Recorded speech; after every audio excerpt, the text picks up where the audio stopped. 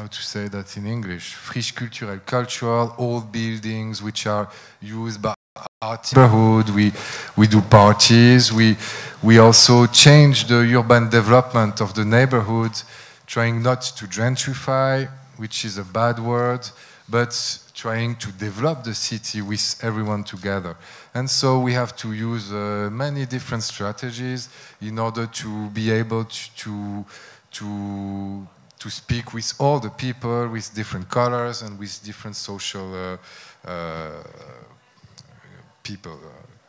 So, because it's very short, I would like to show you another project, which is this Place de la Bastille. So, I think I will find it here.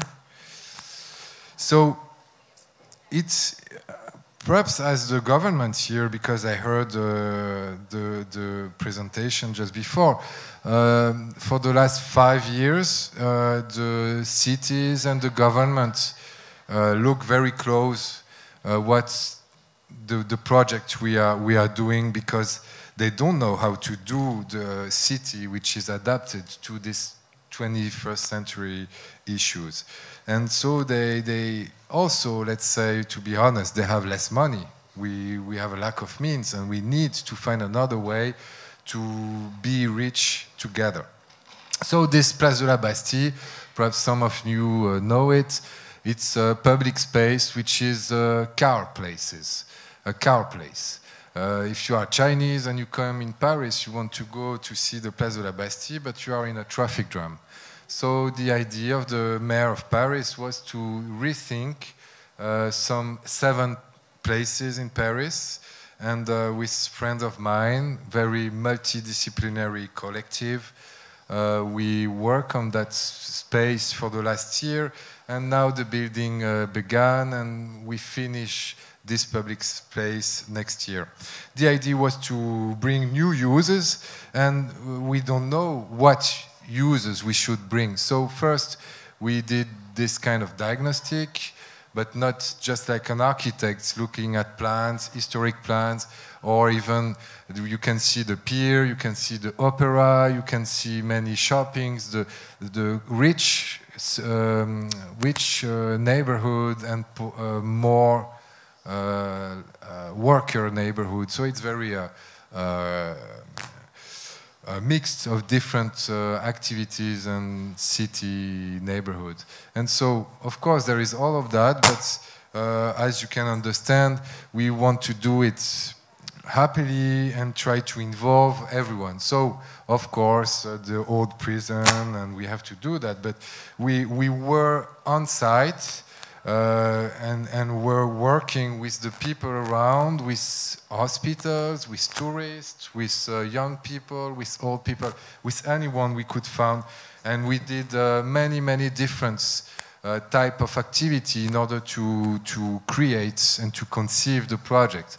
So it's also by doing things with people, it's by meeting, by trying to reveal, by artist pieces. So we draw on the floor, we look at the environment, there is this issue with the canal, with the history, which it was, the Place de la Bastille was here, is here, and there was all the wood coming in Paris from that spot. So trying to reveal all things that people forgot and to work together, not only to think and to say and but when you do like a building time like that, you have so many people stopping and trying to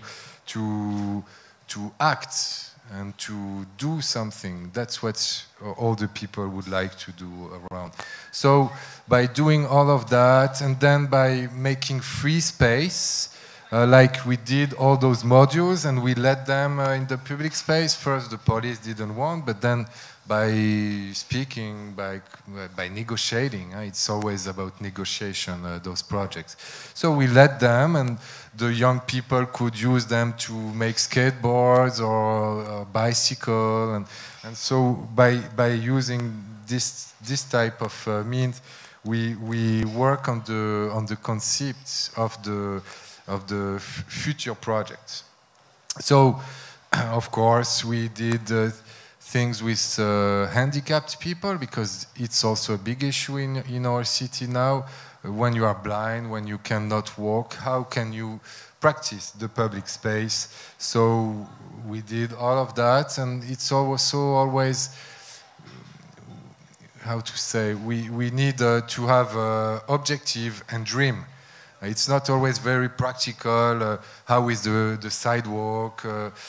So we take objects from history or from the arts field in order to bring, feed, and to activate the project with all different people. Of course, there is the night. Perhaps here you know it a bit more, but in France we are not very used to conceive a public space thinking about the night time. So we did that, and we worked on the symbol, and all this process was very interesting. And then it was a lot of negotiation with the city, with the government, in order to be able to make possible what the people wanted to do and what they said. So that's the nowadays Place de la Bastille, and this is the project. So you can see it will be a huge pedestrian place, which is linked with the canal. We reveal the water. We use old stones that we cut again to reuse them to make the pavements. We plant 100 trees. We make a lot of benches, because for the last years, people in Paris were saying that they don't want benches because people would sit on it and make noise and annoy people. But we, in that project, we could make possible that all the people wanted more places to sit in that big place. All right, thank you, and we will exchange just afterwards. Thank you very much, Julien. And I will actually ask you to stay up here. And also all the other speakers, please come up, and we will have a discussion up here for a while first, and then we will open it up for everybody to participate.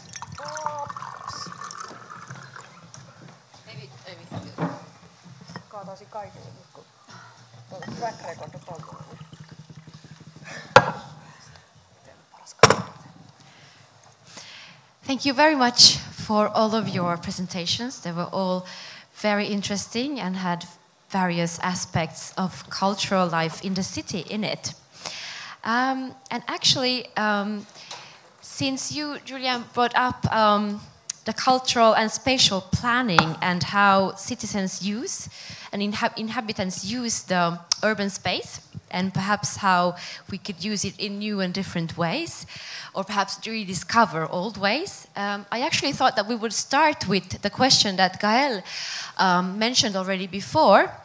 There is this panel at the same time in Switzerland, in Bern, by the French embassy there. And the moderator of this panel, an architect called Martin Lepoutre, he would like to ask this panel the following question. Given the present conditions and the new desires of cities' inhabitants, should professionals reconsider their position in spatial planning? You referred a bit to this, Julien, already, and me growing up in Helsinki, I have a background in art history. Helsinki is a very modernist city, and it's quite old in Finnish history, about 450 years, but the architectural buildings and the built environment here is not very old. It's quite modern and modernistic, which means that there is not much space, public space here, that is meant to gather people together. It's more meant to be a place to transportate yourself from place A to place B.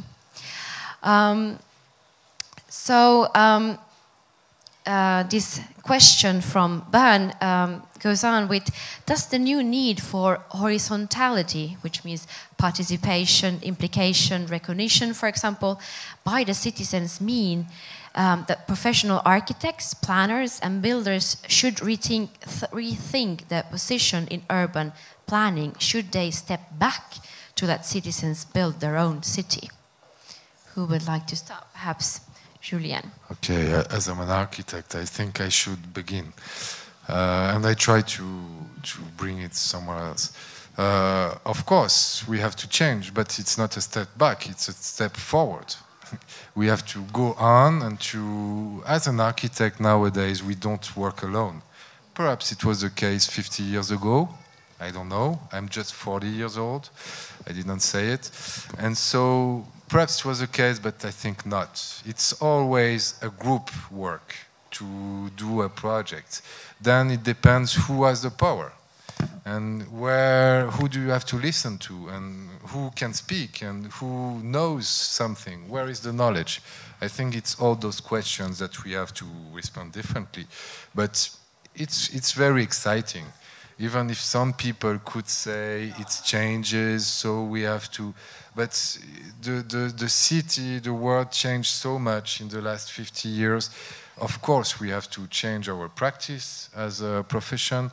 Of course, the clients, like the city, the government, also has to change and to understand that it's not an expert which knows everything, but it's always something that we have to bring together. I think it's very true in building, especially public space, because public space is very in a difficult position now.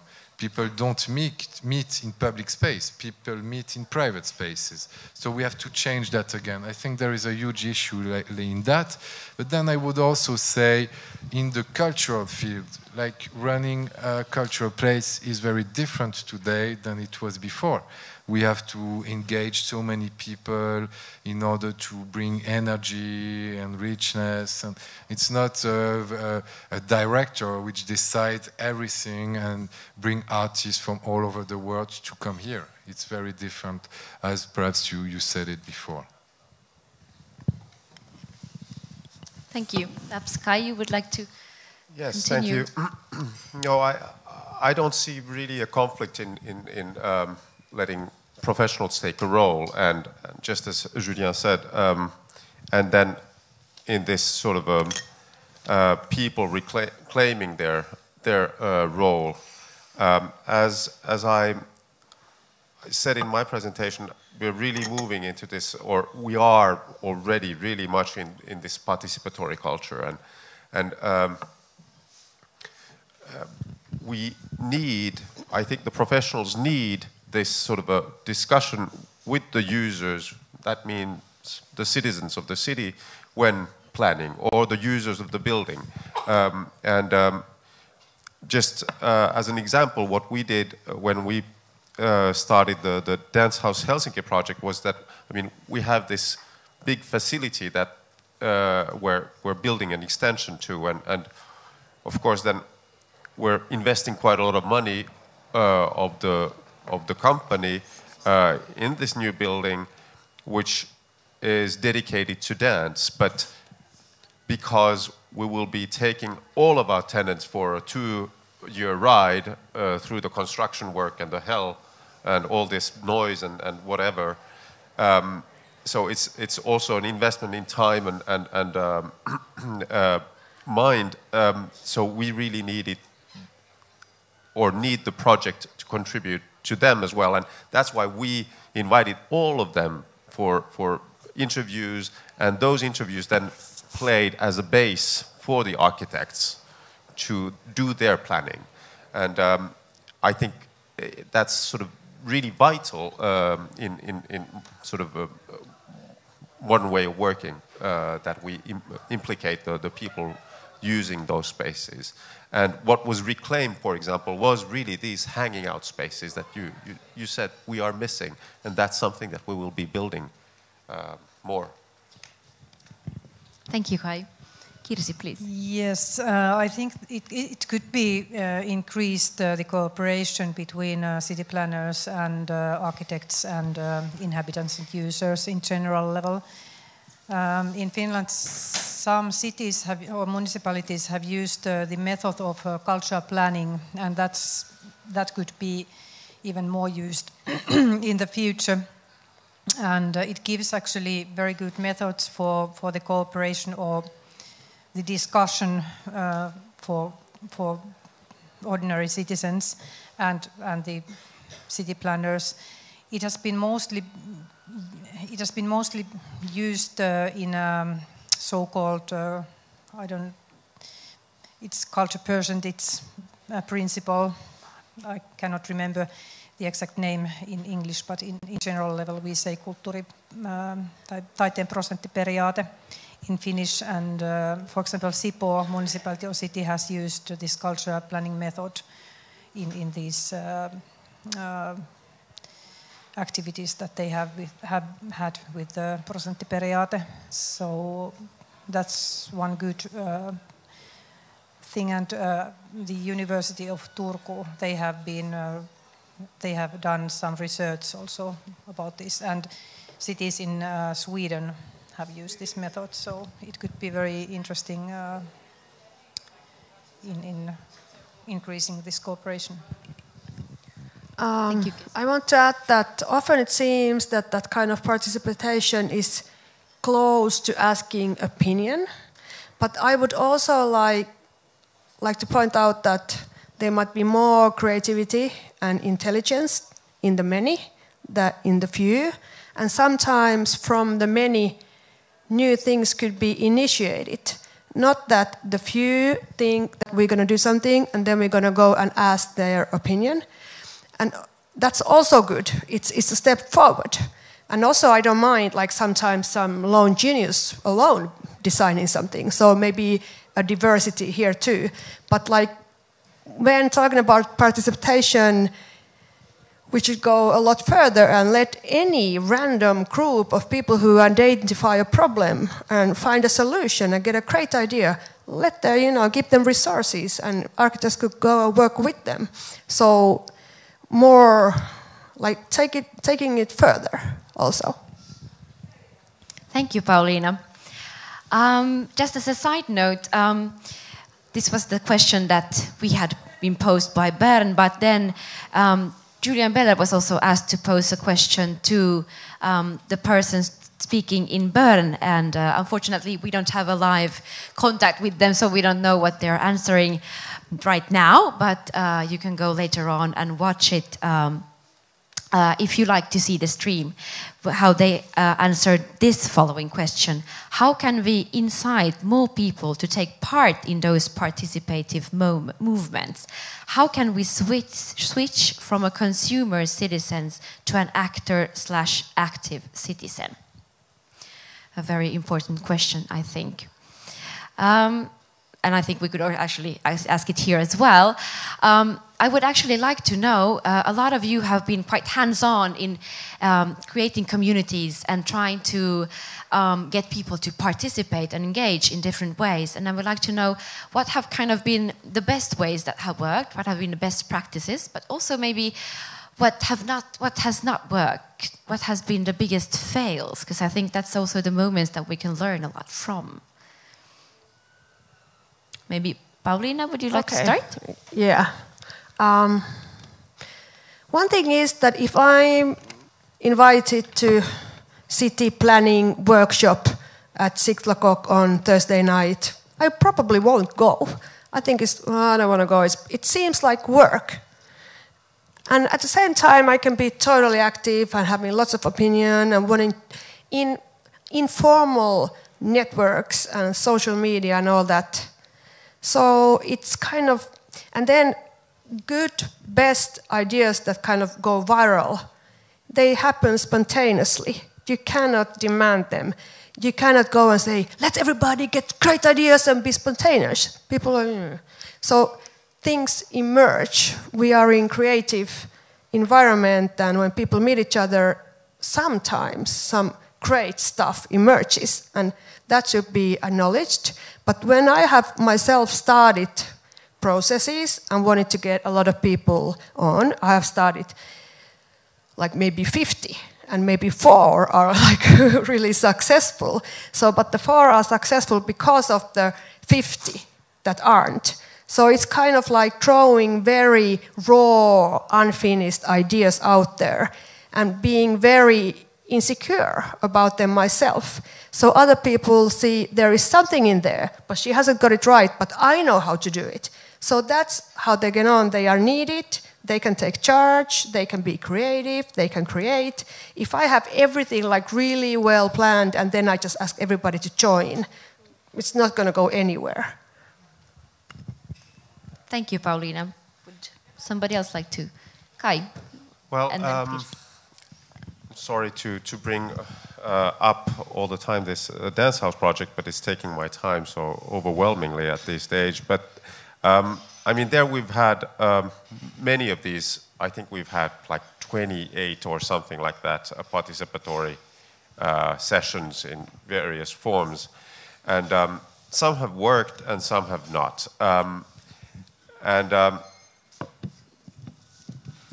Now, when I think back, and this is sort of not very sort of thought through, but I think one of the things that really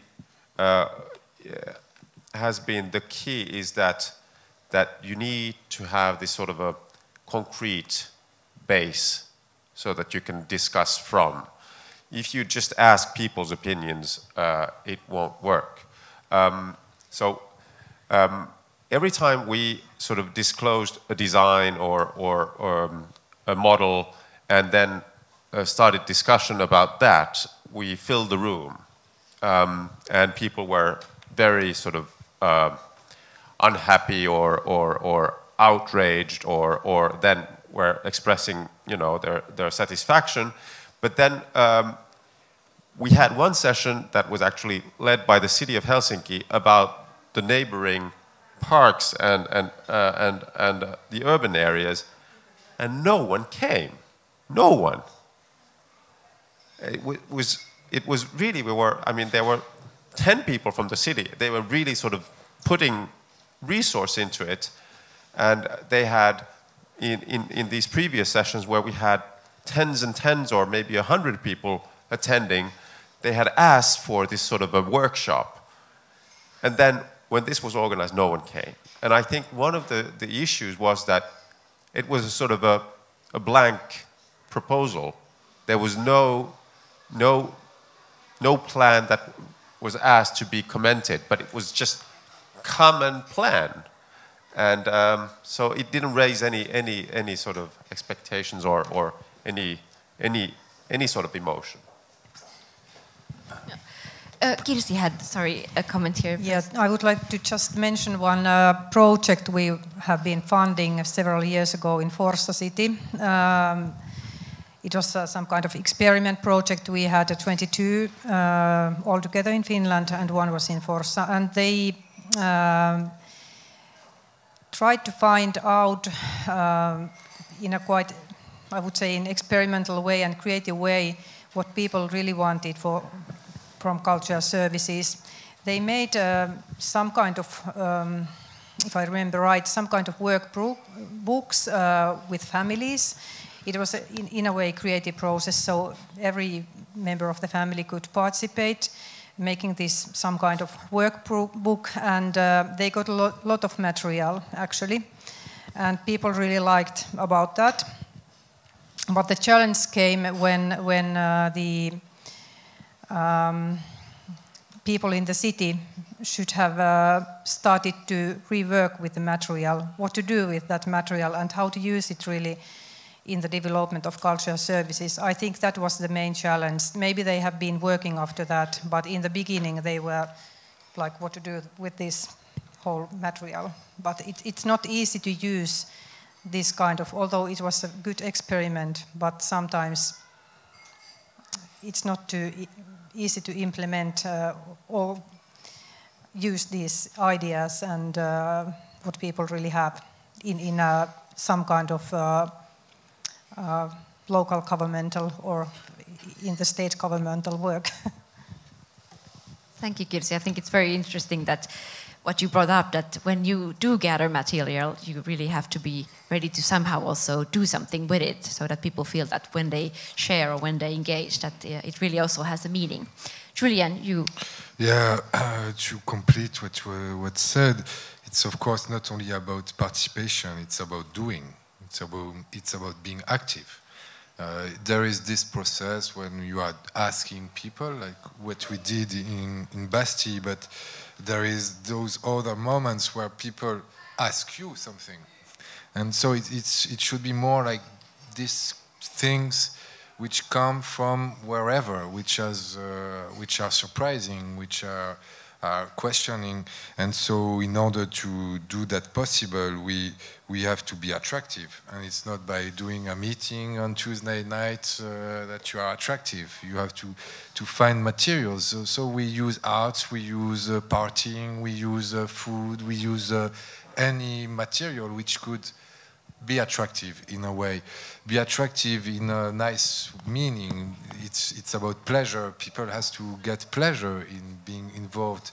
It's not a work, it's not something sad or whatever. It has to be something where they could be proud afterwards. And so, of course, you have to be careful to listen to all those little things which emerge. And it's not the people who says the louder that so it's about also space of freedom. You have to give freedom. So it's about speaking, about doing, whatever is the means. Some things are revealed, and we have to be able to look and to listen to those things. The last thing is that all those common things, these common words that we try to put together, is not for God or the government, it's for everyone. So it has to be useful for you and you and you. And if it's useful, the people, they would be part of it. Thank you very much. I actually would like to invite the audience to take part in the discussion. I can circulate the microphone so we all hear.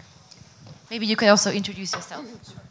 Thank you very much to all of you. My name is Idilga Azulsoy. I'm working at Aalto University as Professor of Sustainable Design.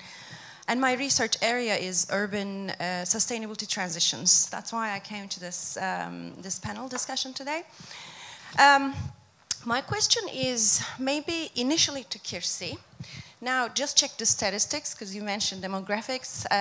It's estimated that by 2030, so in 11 years, the people with non-Finnish mother language is expected to rise to 23%. And as one of those people who is planning to live here long term, on the other hand, not able to also learn Finnish in the meantime because that's a difficult language. I appreciate, the pride that Finnish people have in their language, and I understand the importance of that in identity building. But as we know that cities are changing and a lot of global mobility is happening, I wonder what kind of activities you had or plans you have to include, to understand the cultural needs of that population so that they can participate. And also some of the, of that population is knowledge workers like myself. So I'm a cultural consumer as well, but I can't sometimes find the culture to consume. And I know that Espoo National Theatre or Espoo Theatre has started English subtitles, which is amazing. But I just wanted to get some insights about, what is the current thinking about this in the city?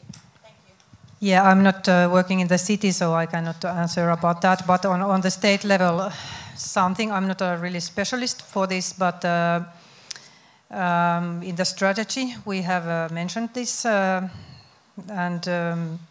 we really have to think. I think these implementation, what we are really going to do. But for example, the libraries, I think they are one of the best because they have material and books in different languages. So you can find in Oodi, for example, and other city libraries, a lot of material, and also you can loan them in different cities.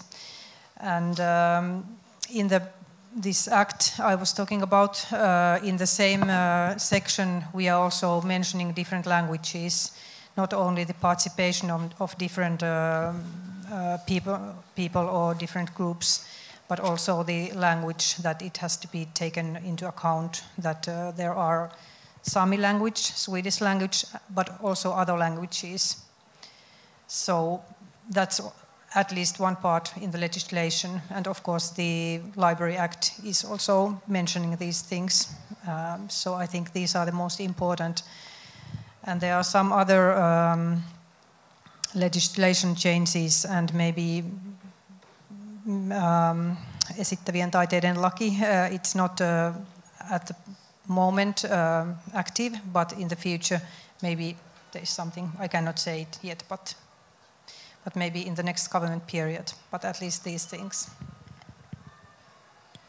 Thank you, Kirsi.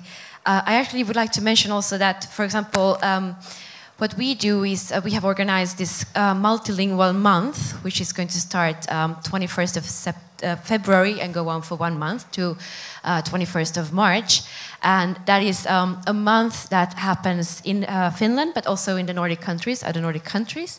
And it's to promote different kind of languages and the awareness of different kind of languages, but of course also the right to your own language and your own mother tongue.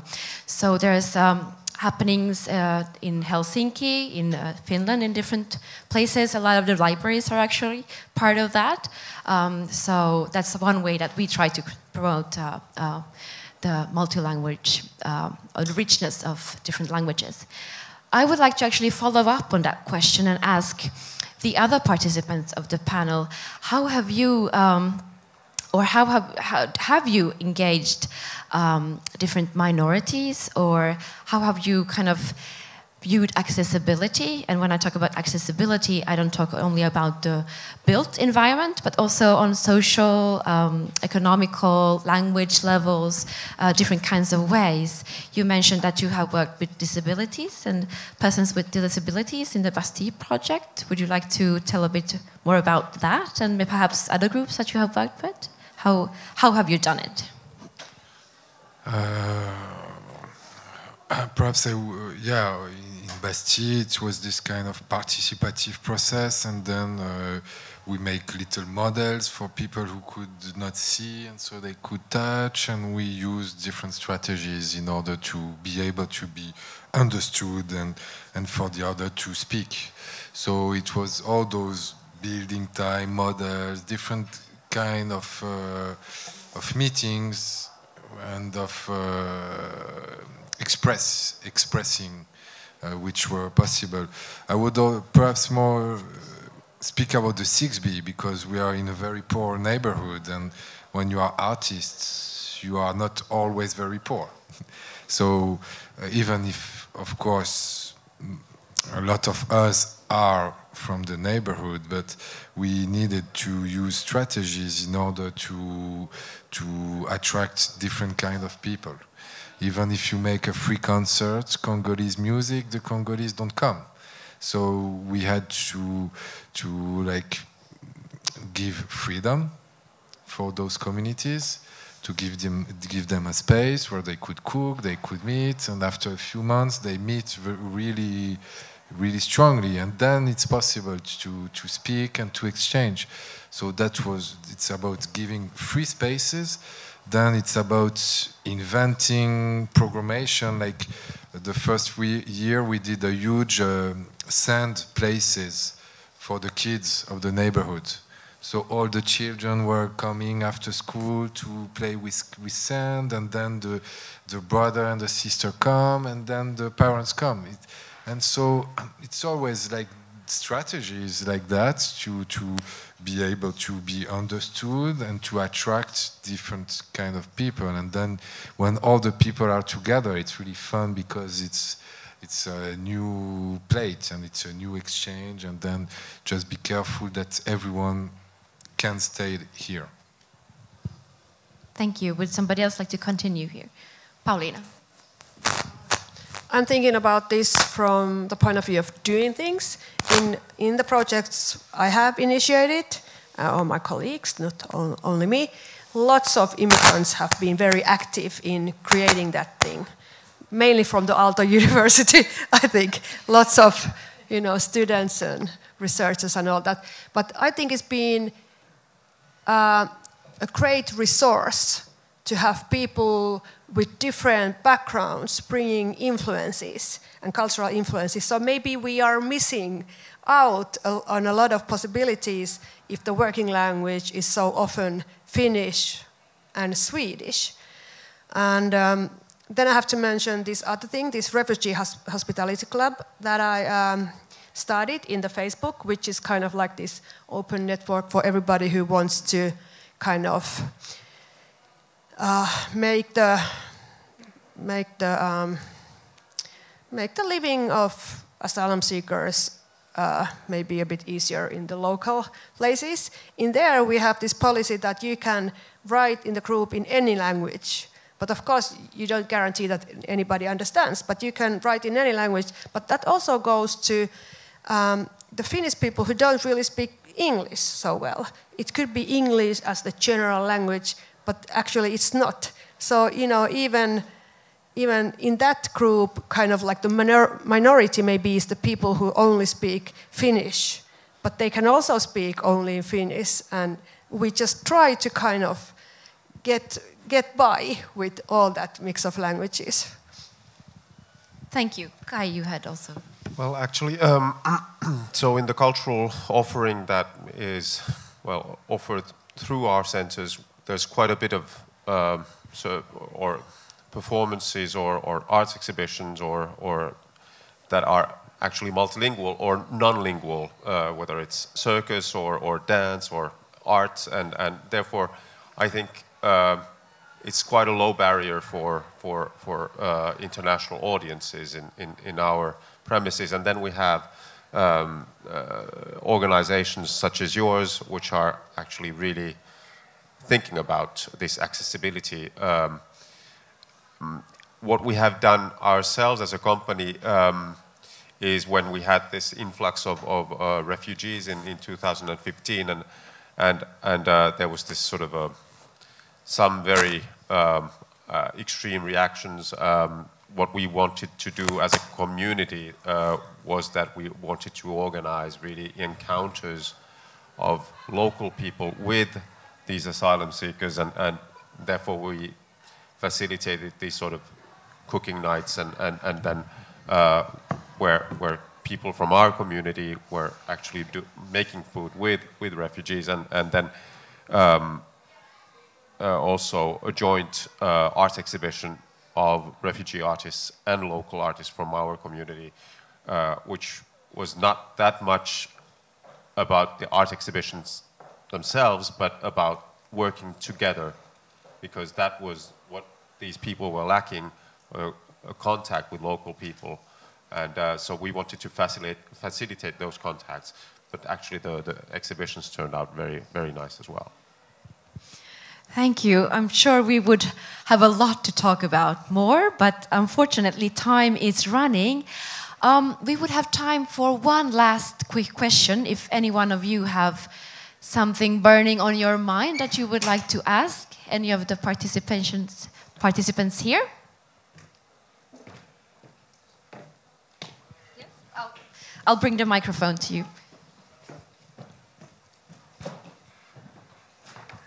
Thank you. My name is Benjamin Feinlein. I'm here on a Fulbright fellowship from the US to study and learn how museums here, especially history museums, but museums in general, work as conveners of publics. And so I guess this was really something that struck me that Pauliina said when you said that I've been very impressed as an outsider with the sense of publicness in Helsinki culture, the openness of the library and the way people gather. And so I was struck when you said you saw a distinction between an attention to citizenship versus togetherness. That's maybe not quite how you said it, but I wondered if you could say a little more whether in what ways does citizenship, a sense of citizenship and belonging in that way, not necessarily lead to the kind of togetherness that you're seeking in public life, if I'm understanding you right? It's difficult. But first of all, just like kind of in somewhere else they would be self-evident social structures and like networks, like you need somebody to mind your kids when you go somewhere. Lots of people in Finland, they don't have anybody in the neighborhood who they would ask or could. So there's just like every day that kind of how to make things work, not that kind of structure. And then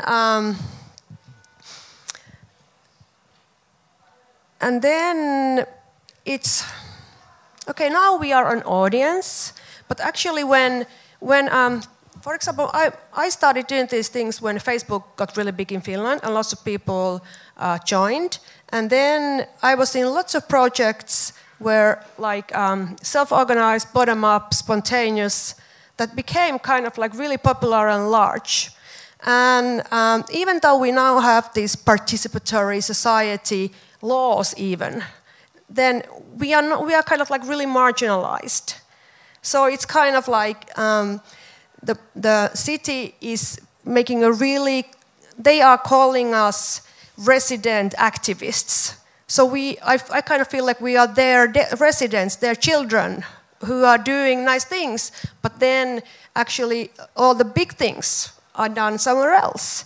So they are not really appreciating and giving value to that kind of processes, although everybody's talking about participation. And now there is this new participatory budgeting which is good, it's a step forward, where people can say what they want in the city, but the city then makes them. Whereas, why are we not making them? We had an idea how we want to start doing, with my colleagues, this tactical urbanism in empty squares. What if we bring, chairs? What if we bring table football thing? What starts happening? And we were going to put it in the participatory platform as a suggestion. But no, we just can't suggest that city does this. But we kind of knew that we are the best to do this too. So it's not like you actually don't get to build the city yourself. You get to say your opinion, and you get to come to audience, put Facebook, it is such a great place, and I love Helsinki, you can do this. But actually, if you want to build the city yourself, and you have the idea, you see problem, and you gather the forces, and you start solving it, city is not interested.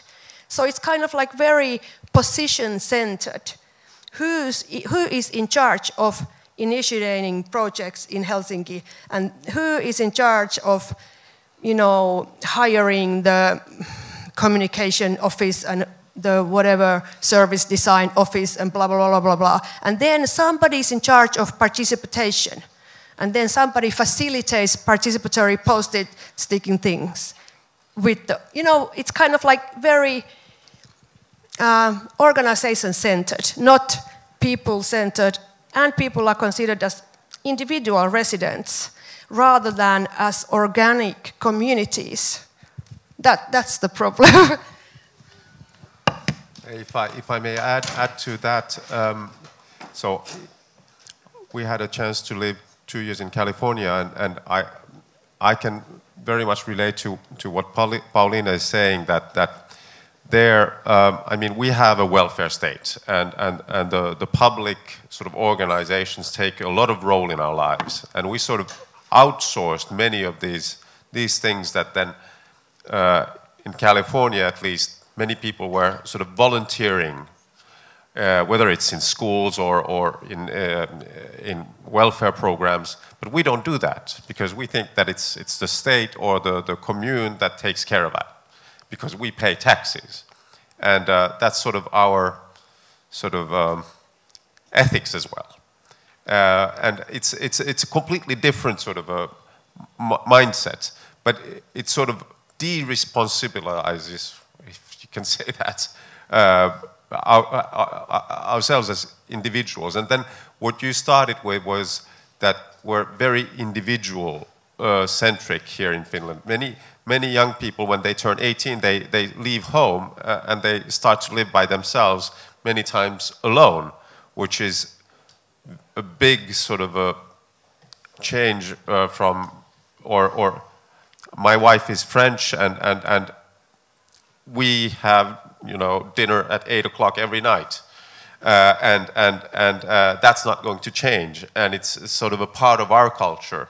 But in my family, where I grew up, you know, everyone ate when they just ate, and then they went to do their activities. And these, I think, these are the social structures that you were referring to. That we lack these things. And it's not saying that one is better than the other, but definitely we have a very different mode of society. I just want to say that at the best you have both. Like, you know, you have the basic rock, that is the welfare state, but then, you know, it doesn't make sense if I live here and I have nothing to do and I'm employed, and in the next door lives some elderly person who's totally lonely and needs help, and we don't meet each other. It's just like stupid, ineffective system. And also, we don't like, even say hello when we meet in the... Yeah, and then you even get stuff like one day in my local, some kind of municipal resident house, there was like free sewing services for citizens. In a way, it's great. But then again, how about the small sewers who open the sewing boutique? So it's kind of like, can't we do anything ourselves, sort of thing? A quick last comment, yeah. Yeah, just, okay, I'm not finished, huh? But I work a lot with very poor communities because there is a need of cooperation in those places. And so that's why before I said, I think innovation could come from there. And as a French, you know, France, Africa, we always said we have to develop them, but now perhaps I think they have to develop us. So I think there is something like that. And because of those environmental issues, we all know that it's everyone who has to change. And this change has to be with being responsible, and also has to be with local sharing, local economy, local... If we want to have a less carbon footprint, we need to be more local. And so I think, even in rich and very clever societies like here, it will come again, this need of being together in a neighborhood. Thank you very much. There were so many things that I think we could continue with here, but unfortunately we don't have that time. Before we end, as a final note, I would like all of you who are locals here in Helsinki to give a tip to Julien where he should go now that he's his first time in Helsinki. He's here for a few days. What should he see here? And maybe if I start, you have a little time to think about what your suggestion would be. I would suggest you go to Kontula, which is a suburb in Helsinki, in the east of Helsinki. It's also a bit of a disadvantaged suburb. There is a place called Museum of Impossible Forms, MIF. And it's a group of art and cultural workers, artists, curators, researchers, but also yoga teachers and many others with a very diverse background, who are arranging kind of a space for the locals to meet, for different groups to have everything from writing schools to performance nights to electronic music to a lot of things. I think that perhaps you share something in common with them, but perhaps you also have different views and different things takes on things that you could maybe find interesting. What else? This is too easy for me. I already invited him to Kaapeli tomorrow. There you go. Well, I'm actually not living in Helsinki. I'm living in Vantaa, and I'm spending so much time outside of this region, so it's a bit difficult question for me. I would recommend actually you to go just skiing somewhere, but that's not really a city culture. Sorry about that. I don't have actually better ideas just right now. I think it's a very good idea to go skiing, especially with the big snow here. I cannot think of anything cultural or social law in that way. Great. I can think of tourist places because I myself keep going to the tourist places all the time. I keep going to the Alla Sea Pool to swim. I love swimming when there's snow everywhere, and today there was sun also, and open door swimming. And I also do winter swimming. So for example, Uunisaari has this morning winter swimming every morning. So it's a sauna and it's swimming. Nothing architectural or that kind of stuff, and also Löyly, of course, is beautiful. You can also go winter swimming there and to the sauna. And there's one more sauna, which is the Kulttuurisauna, which I also recommend. So maybe you can go to these 3 saunas and that one Alla Sea Pool that has a swimming pool and also a sauna and a winter swimming pool. One thing which is pretty exotic, but I don't know if I think the ice should be strong enough, but just to go walk on the sea. Well, check before you go that it's in good condition to walk. But I think sauna and skiing and snow, that's kind of the essence of the winter here in Helsinki and the culture here at the moment. But please, let's give a big applause to all the participants and thank you all for coming. It has been a great evening to spend together.